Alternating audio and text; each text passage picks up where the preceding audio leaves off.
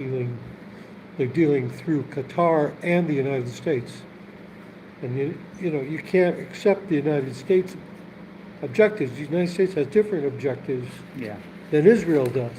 Qatar, we don't know, but we do know that the head guy is living there.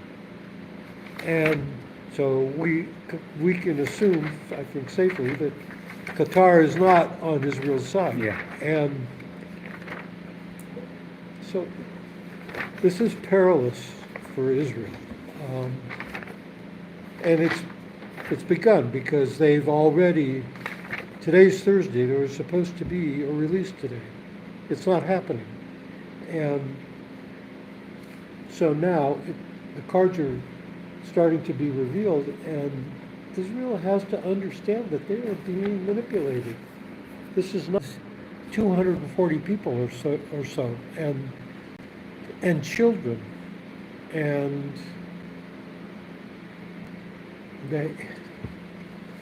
they just have to be smart. Yeah.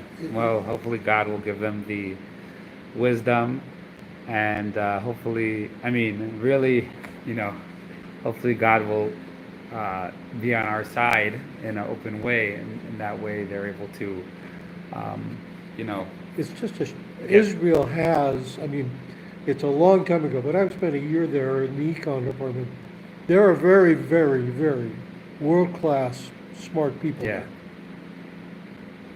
there. Way smarter than Hamas people. These are very smart people, and there's a group of people there for whom, like this guy at Stanford, for whom this is their thing. They understand how it works, and he needs their help.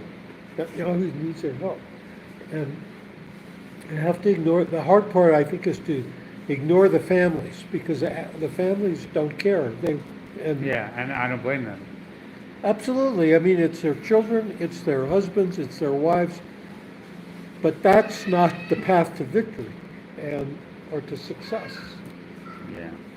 All right. So let's go chapter 9. This halakha, which is interesting, how all these halakhas, they actually open large kind of larger subjects. Like, we had yesterday, we were essentially talking about, it's related to cheating someone in a business deal, or being ambiguous. 2 days ago, we talked about conditions. So here, let's say you're allowed to get married to 2 wives in Torah. So let's say you go and you betroth 2 wives together, and you're not allowed to marry both of them. You could marry one of them. For example, you marry a wife and a lady and her daughter, or 2 sisters. So neither of them are married. We don't say, okay, well, one of them is married, take your pick, or one of them is married. They're both not married because neither of them, at the moment that they were married, neither of them were halachically allowed to be married because it was at the same time. Let's say there's 10 women, and you say, here's money for all of you, you're all married to me. And there's 2 sisters amongst them, or a mother and a daughter. Then none of them are married to you. And we don't say, oh, well, these ones are halachically allowed to get married to you. Just delete those 2, and the other ones are married to you. They're all not married. So if The whole group. now, if you change the phrase and you say, whoever from you who is married to me, if they're allowed to be, then the ones who are excluded, then the ones can be excluded. Similarly, says if you say you're all married to me, and one of them is a servant or a Gentile lady, or one of them is forbidden, she's married to someone else, or a daughter, etc., none of them are married. And if you say the ones who are worthy, who can be married to me, they're all married except for the ones who. Is she okay? Okay, if you say to 2 sisters, one of you are married to me, and he gives them a coin, or they give it to someone else, or the father says, one of my daughters is married to you, and the father receives payment, they all need to get divorced, and he can't go on any of them, because he is technically married to one of them, and we don't know, so therefore they all have to get divorced. Right? So a husband says, here, pay me $5 and you're married to one of my daughters. And he didn't specify which one, so he's technically married to all the daughters, but he can't be married to any of them. He can't be married to all of them, Because they're sisters. so he has to actually give a divorce to all of them. Yeah, Um, that's ambiguous. Okay, now here's another one. A guy says, "Go marry this lady. This lady. Here's a ring. Go to this town, marry this lady for me, betroth her for me." This is the And he goes, and um,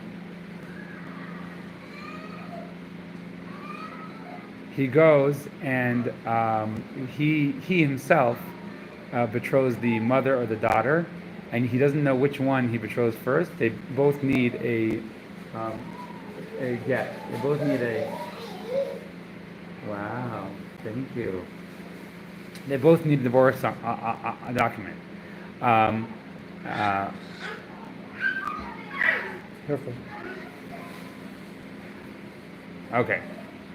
Similarly, a lady, she makes a messenger to receive. So we said she can make a messenger to receive a marriage from someone else, and the messenger goes, and she gets married to someone else, and he doesn't know which one came first. You give both of them give a divorce document, and if they want one divorced and one can be married. When do we say this for people very far away? But if shliach gets betrothed,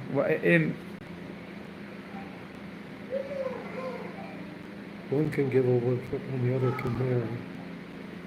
let me just see this. If the shliach, so this is actually very interesting. These laws get very interesting because, we don't practically speaking, this shouldn't happen nowadays, but there's a certain lines of logic underneath these things, which if you get those lines of logic, you kind of could figure it out. When do we say this is not related? However, if the shliach was betrothed to the father, and she was betrothed to the son or to the brother, they both give a divorce document. Now, once you do a forbidden, once you get in these cases of forbidden marriages, you can no longer, like, once you do a forbidden marriage, you cannot have relations with that person ever again. That's another. Okay, someone says, "Go betroth me, get me this lady," and the shliach dies, and doesn't know if he did it or not. We assume that he did it, because we always assume that a shliach does a shliach, and since we don't know which lady he betrothed, he cannot get married. So he says, "Get me a wife," right? And the shliach dies, and we don't know, did he find him a wife or not? Right. So we assume that he did, right? But who? Well, and we don't know which one he did. So therefore, since we don't know which wife he betrothed, he's forbidden on every lady that is related to anyone that's forbidden to him. For example, if he gets married to a mother, then he can't do the daughters, etc. Because if he says, let's say, I'll get married to this girl, well, maybe he betrothed you to the mother, or the sister or the daughter. But he can get married to someone who is not related. If there is a relative, a sister or a mother, and there is a relative who's married when the shliach went, even though she got divorced before the shliach died, he's permitted. And we don't say maybe the shliach betrothed you to the cousin after she got divorced, because she was not befitting when he was a shliach, and you don't make a shliach. We have another assumption here. We assume that a shliach. So here's basically what happened. So he wants to get married to this lady who got divorced, but maybe the shliach betrothed him to a relative, right, to a sister. So if a shliach betrothed him to a sister, now she divorced, he can marry her, but maybe the shliach betrothed to a sister. So here's an interesting loophole. We assume that we assume that she's off limits when the shliach went, so therefore she's not in the picture here. And the shliach knew that. Yeah, well, so the shliach, when the shliach was a shliach, she was off limits, and therefore he can get married to her. Someone who has 5 sons, and this is kind of confusing. It's give you a headache. Someone has 5 sons, and the father makes a shliach to get them wives. And the father says to somebody, which has 5 daughters, one of your daughters will be married to one of my sons. So, and the And it was father receives accepted. Kiddushin. Each one, they need 5 divorce documents because they don't know who's who. If one of them dies, all of them need 4, and one has to do chalitza. A father that has a young daughter or a naira, which is in his custody, or a daughter who is an adult, and she gives her father permission. She says, "I want to marry whoever you will marry to me," and he marries her off to somebody, and she doesn't.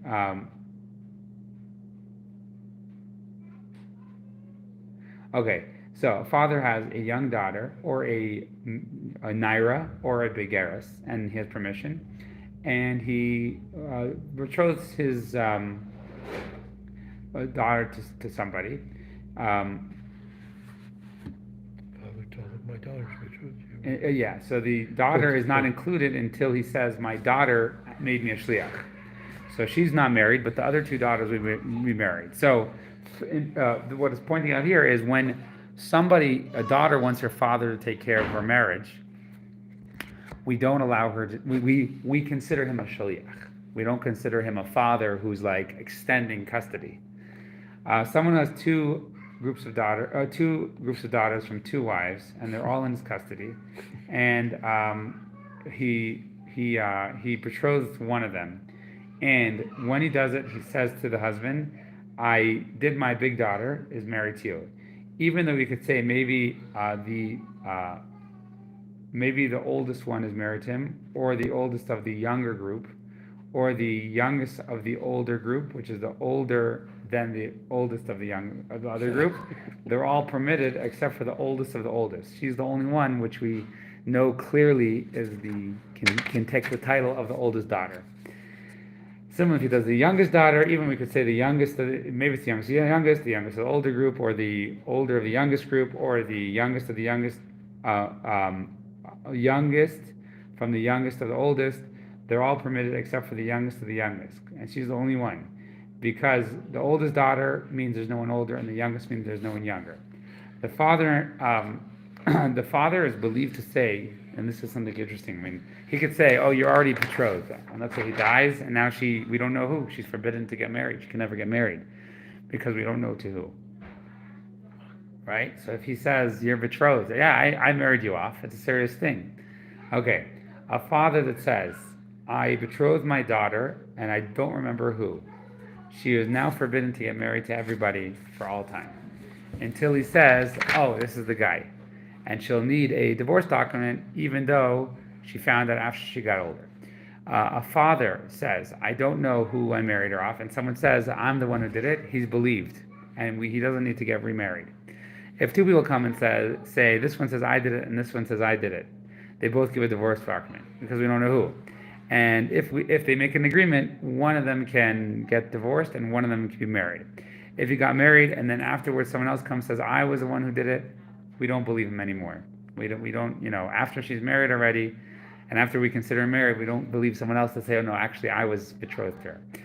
A lady who says I was married and I don't remember who I got married to, and someone else says I'm the one who did it, he's believed and he gives her a divorce document, and now she's forbidden. But he's not believed to marry her because maybe he just wants to have him as a wife. So we don't believe him in that case.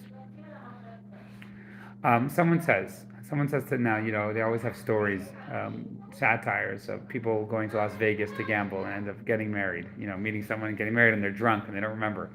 Okay, someone who said, and actually the Rambam says earlier, it was on Shabbos, it says that if you are drunk and you betroth someone, you are married. However, if you are as drunk as Lot in the Torah, in Parshas Vayera, if you're really, really drunk to the extent that you don't remember and you're totally drunk, that's a term in the Torah, then you are not married. Okay. Someone says to a lady, I betrothed you, and she said, no, you didn't. He's forbidden from marrying her relatives, and she's permitted to marry his relatives. She says, you married me, and he says, I didn't. He's permitted to marry her sister, daughter, etc. and she is forbidden on his relatives.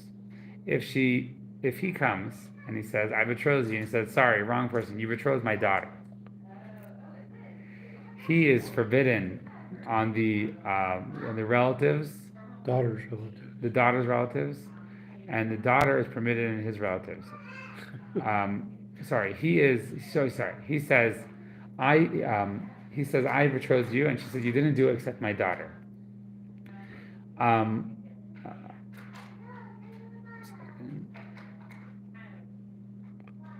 okay, so the daughter is actually permitted to his relatives, and he's permitted to her relatives, and he is forbidden to her and her to his relatives.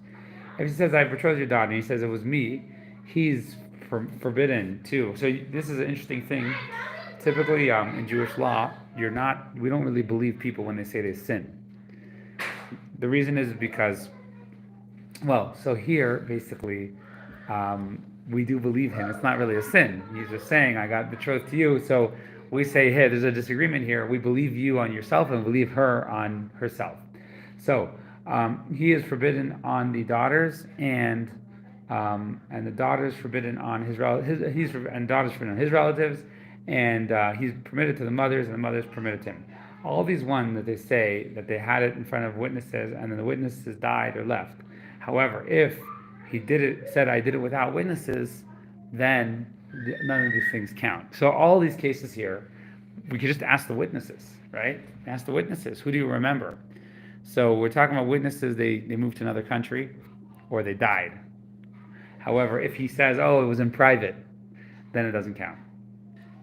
Any place that the lady says to a man, "You betrothed me," and he said, "I didn't do it," we say give a divorce document in order to just fix this up.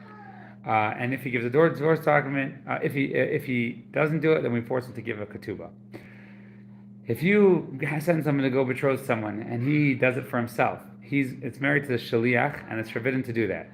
And someone who does this is like really, really a not nice thing, right? So let's say you send the shaliach and he says, "Hey, I can get married. I realize I can get married to her. Let me get married to her." If someone makes a shliach to betroth a wife, and he goes and the shliach says, "I did it to myself," and the lady says, "No, it's to the man." If the shliach didn't do it with witnesses, the shliach is forbidden on her relatives, and she's permitted in his relatives, and the lady is forbidden with the relatives of the sender, and the sender is permitted to her relatives. And if the shliach did it with witnesses, so then she's married to the first one. If she doesn't know who she got married, if she's the shliach or the sender, if the shliach was not established with witnesses, she is married to the second. And if he was established, both of them give a divorce document. And if they want, they can make an agreement. One can be married to her and one doesn't. So these are cases. Typically, once she gets married, she can't get married to anyone else. But there are certain cases. Okay, let's just do one more. He says, I don't know. She says, I don't know who I got married to. Was it the shaliach or was it to the sender? If the shaliach, so we did that one. A lady that makes a shaliach to betroth her, and he goes and betroths her, and as he's doing it, she nullifies, says this person's no longer my shliach.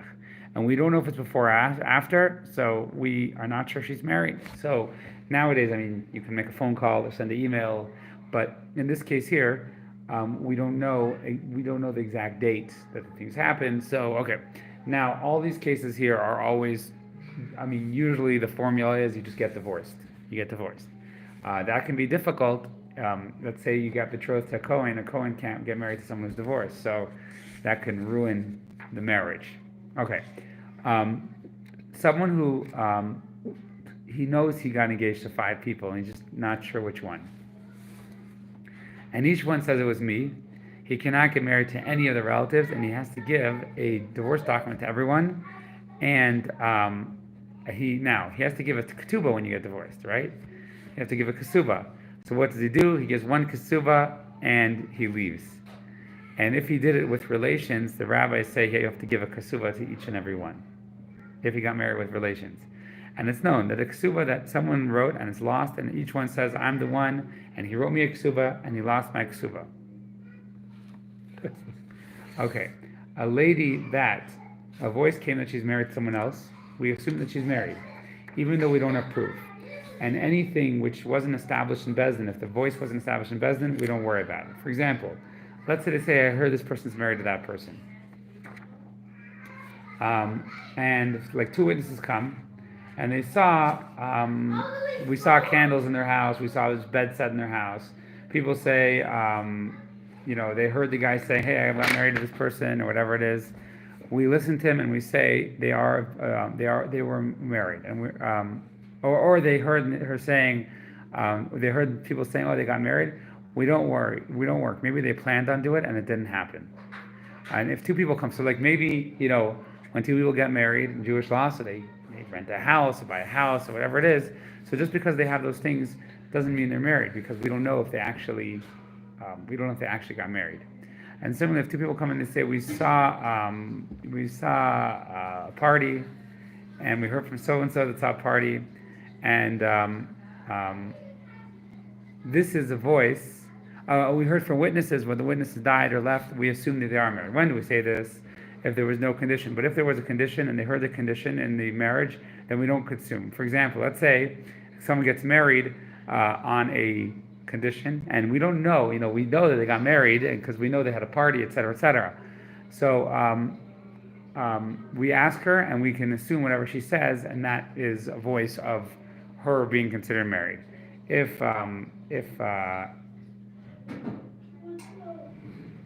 So when someone says they were married, we assume they're married. But if they might have a loophole, we'll stop here at this in Gemara. They might have a loophole. The loophole might be that they made a condition, as we spoke in a couple chapters ago, and therefore that is brought to the table, and that might make them not married. This sometimes happens. I mean, this can set up a complicated precedent. We said this proves the Korban Pesach has to actually be eaten before midnight. Right? That's what we said. Because he could have used it as an example. He could say, Korban Pesach has to be eaten by midnight, but really it's allowed until night. So we said, we brought a Mishnah, a Brisa. It says it has to be eaten, it says that you can eat it until morning. And the Mishnah here implies that it can only be eaten until midnight, because it doesn't use it as an example of something that could be eaten until morning, and the rabbis say you can eat it until midnight. So we said, okay, very simple. This is actually a dispute between Rabbi Elazar ben Azariah and Rabbi Akiva. Right? One of them says, the Torah says, B'layla hazeh. I'll just go through it quickly. And it says the Jewish people left, the 10th plague was B'layla hazeh, and just like the 10th plague was at midnight, the Korban Pesach has to be till midnight. But Rabbi Akiva says, no, it says they eat it with the, it says the word, eat it with haste. They'll leave with haste. So it means that the Paschal lamb can be eaten until they leave with haste, which is the morning. So then he says, and why does it say B'layla? To teach us that you can't eat it during the day. Other sacrifices you can eat it during the day. So we went back and forth. Rabbi Elazar ben Azariah says, no, that's why it says B'layla. But why does it say Hazeh? Hazeh means midnight. Laila means nighttime. It has to be eaten during night.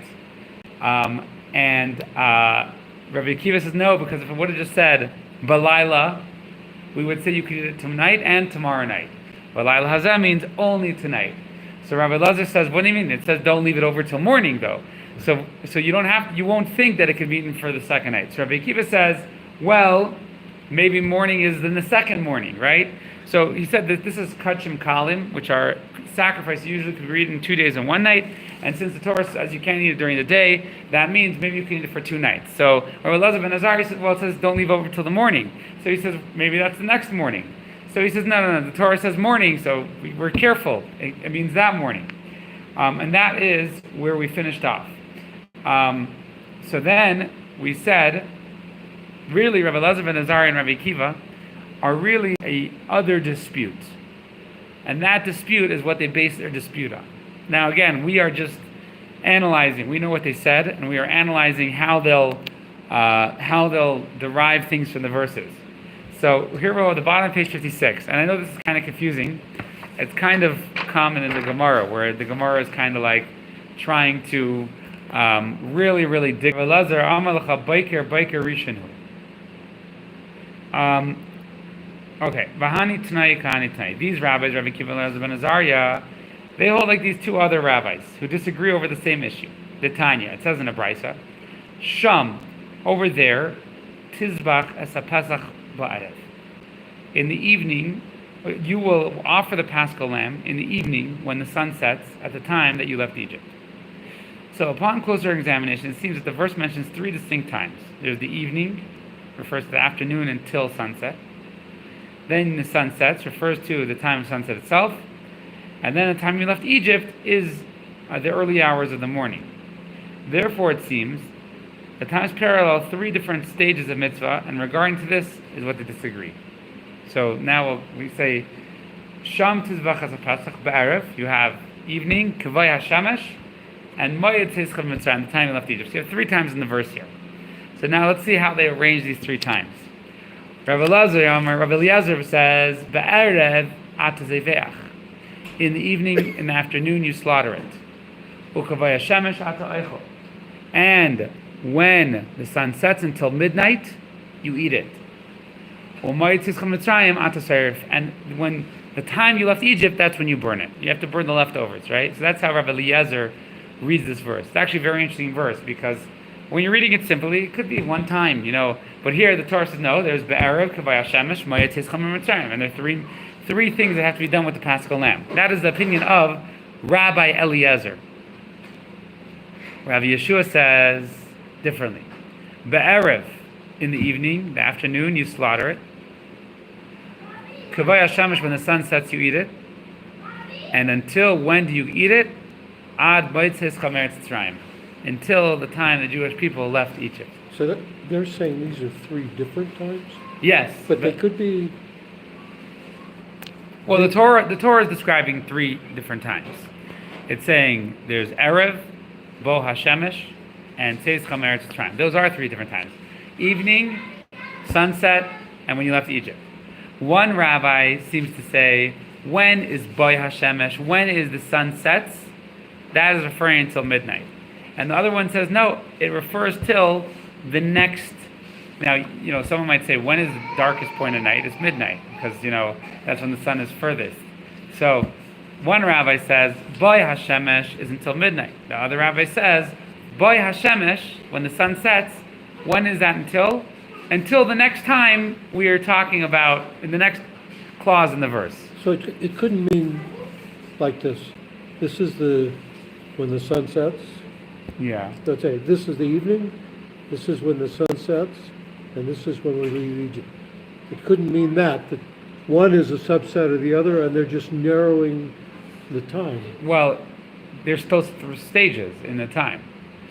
But are they contradictory to... So what both of these rabbis are saying is they're telling us, you sacrifice it, and we know you have to eat it. Well, there's time for sacrifice, time for eating, and time for burning. And those are all the Torah is giving in this verse, it's alluding to the three things you need to do with this Paschal lamb.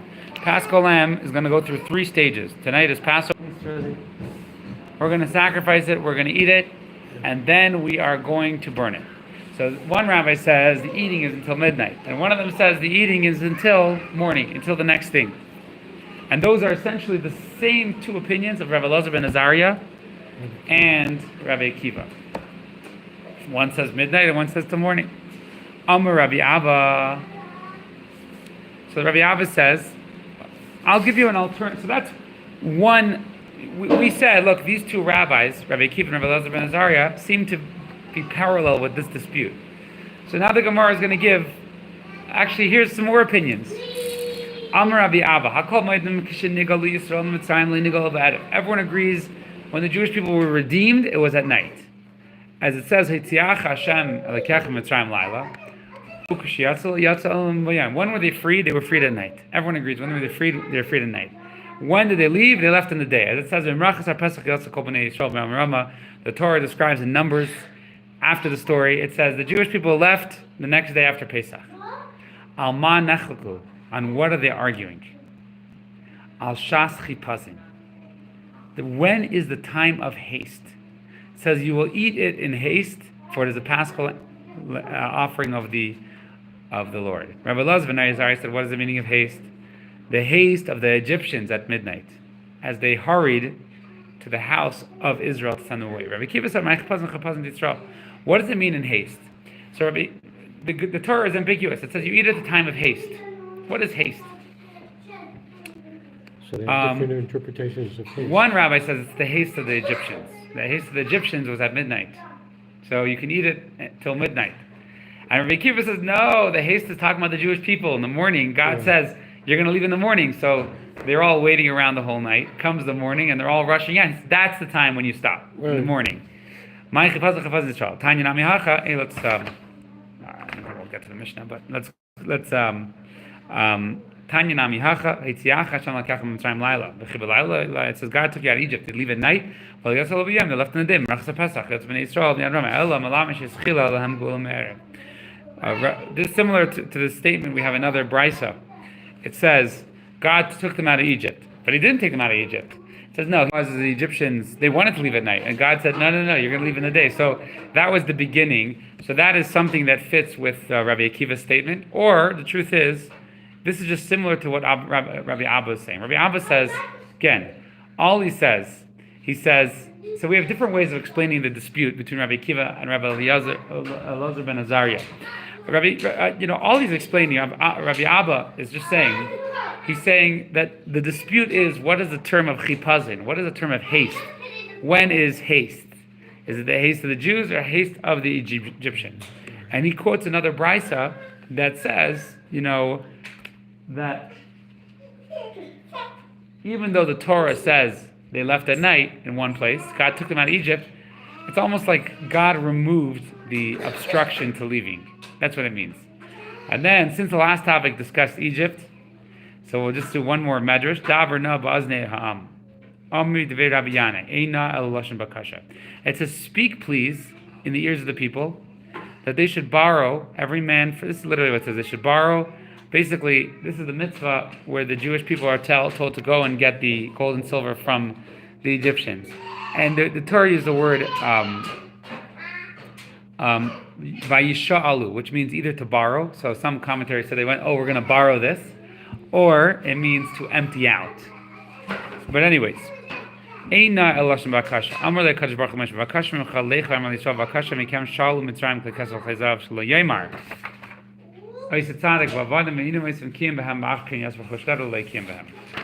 God tells him, he says, no means, please tell them to take the stuff.